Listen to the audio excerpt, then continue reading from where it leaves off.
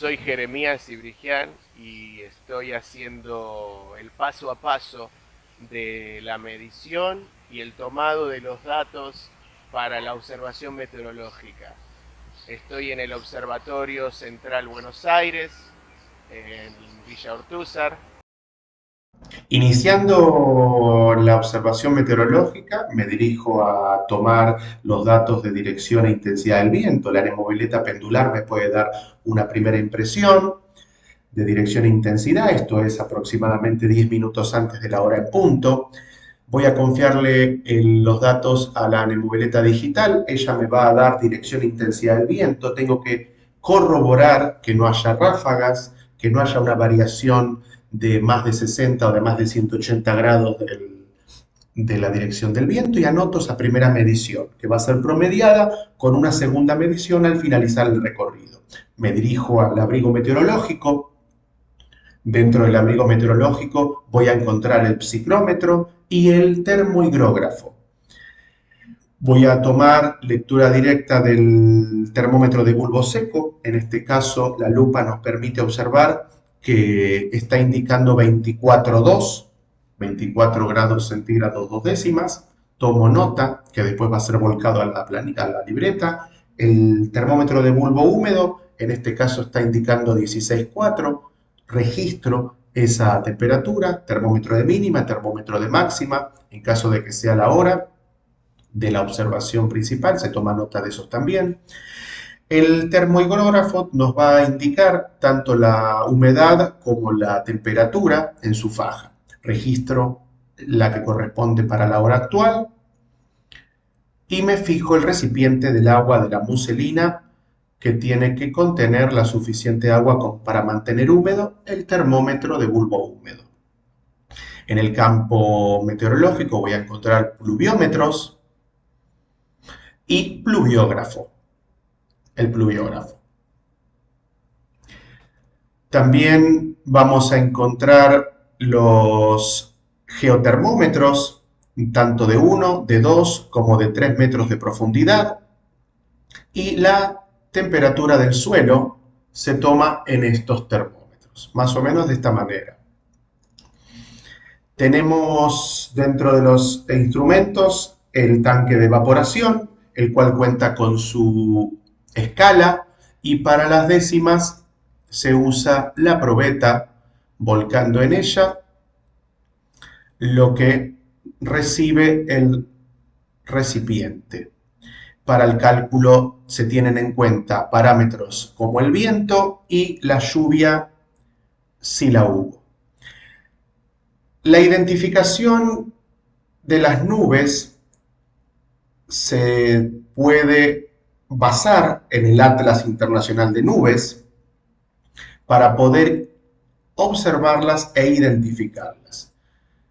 Tenemos diferentes niveles de nubes, tanto bajas, medias y altas, y dentro de cada nivel diferentes tipos de nubes, todas codificadas de acuerdo al Atlas Internacional de Nubes. Me dirijo al medio del campo de observación meteorológica para corroborar la cobertura de la bóveda celeste y poder indicar cuántos octavos de nubes tenemos al momento de la observación.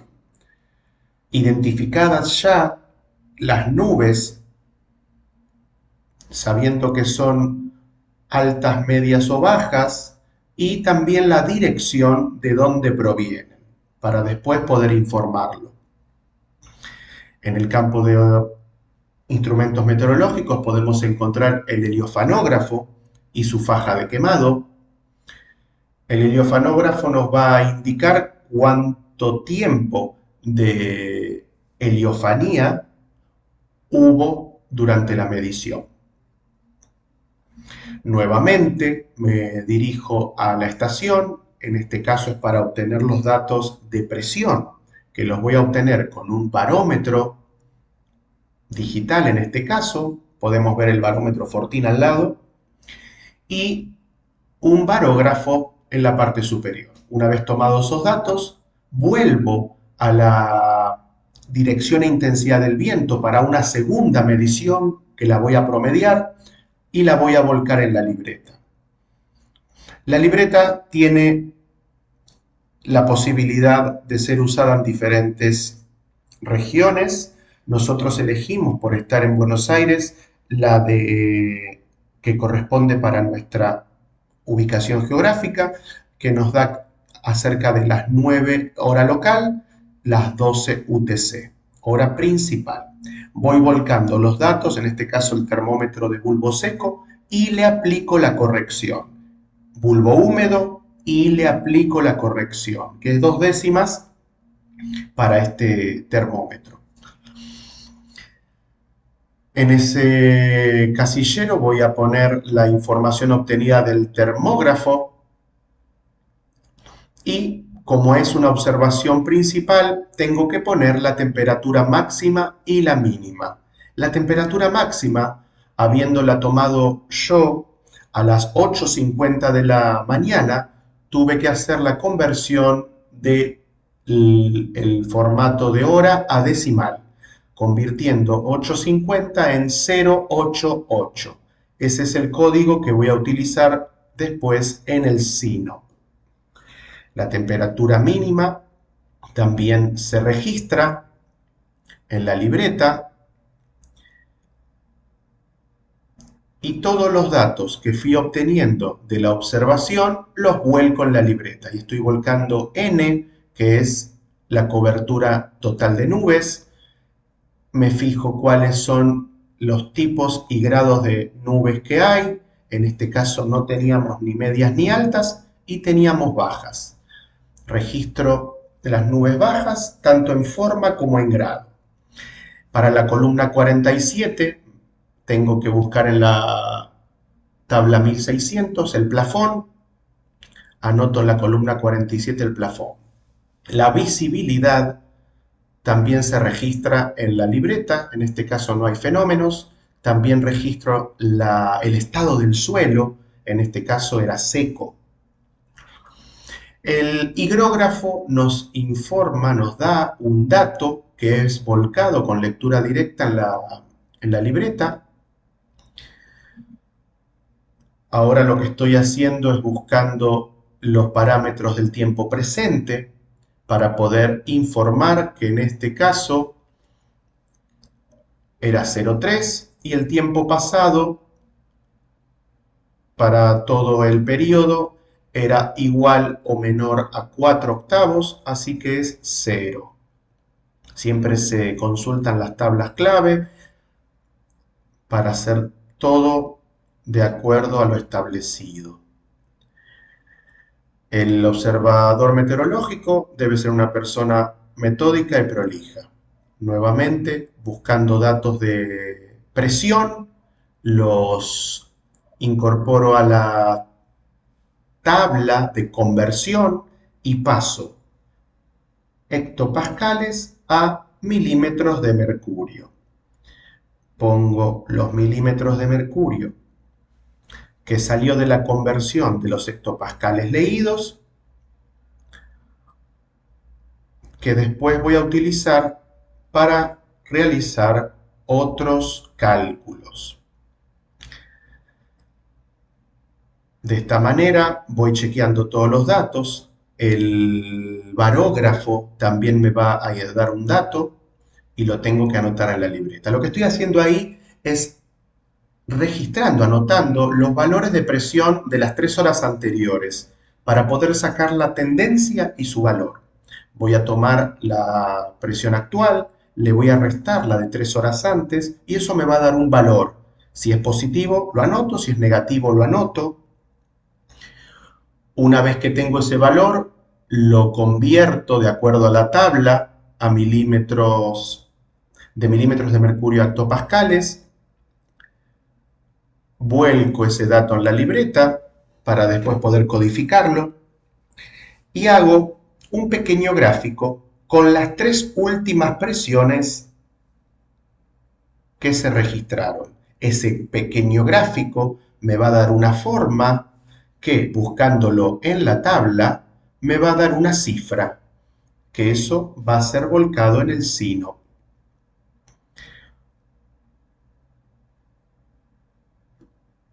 Hago el promedio de la dirección y la intensidad del viento para poder también incorporar esa información en la libreta. Se pone la dirección de acuerdo a los 360 grados, se pone la dirección en texto claro también, aunque ahora ya no se pone más, y se pone la fuerza tanto en nudos como convertida a kilómetros por hora. Los cálculos que estoy haciendo ahora son relativos a la humedad, punto de rocío y tensión de vapor. Voy tomando la columna 15, la incorporo a la tabla correspondiente y la sumo a la columna 14. Eso me va a arrojar un valor. Ese valor va a tener que ser buscado en la tabla correspondiente, que es la que estoy señalando en ese momento. Si bien uno se puede guiar por los dedos, es interesante que el observador tenga un método que evite errores. En este caso, con esta pequeña regla fabricada para tal fin, yo puedo identificar claramente cuál es el valor correcto para la tensión de vapor y punto de rocío de acuerdo a esos valores de temperaturas que leí. Una vez obtenidos esos valores, utilizo la columna 18 para calcular la humedad relativa. Incorporo el valor de la columna 18 en la tabla, me va a arrojar una cifra, yo la voy a anotar y la voy a restar a la columna 14 también. Busco ese dato en la tabla. Ese cálculo, que es una resta, me va a dar un dato, una cifra que yo tengo que buscar dentro de la tabla correspondiente para poder identificar cuál es la humedad relativa. Y lo anoto en la libreta. De esta manera calculo los parámetros de humedad, punto de rocío y tensión de vapor.